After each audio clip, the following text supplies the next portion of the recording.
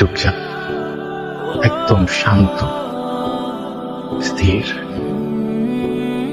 মায়া ঘেরা চোখ, চাহনিতে অভিযোগ।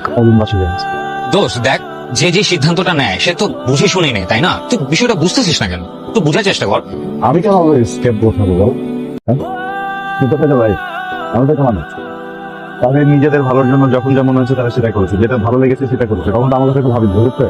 জীবনে চলার পথে আমাদেরকে প্রতিনিয়ত বিভিন্ন ধরনের যুদ্ধ ফেস করতে হয়। অতীতের চেয়ে বেশি দরকার ভবিষ্যৎ নিয়ে ভাবা, সবার ভালোর জন্য, তোমাদের ভালোর জন্য, আমার নিজের ভালোর জন্য।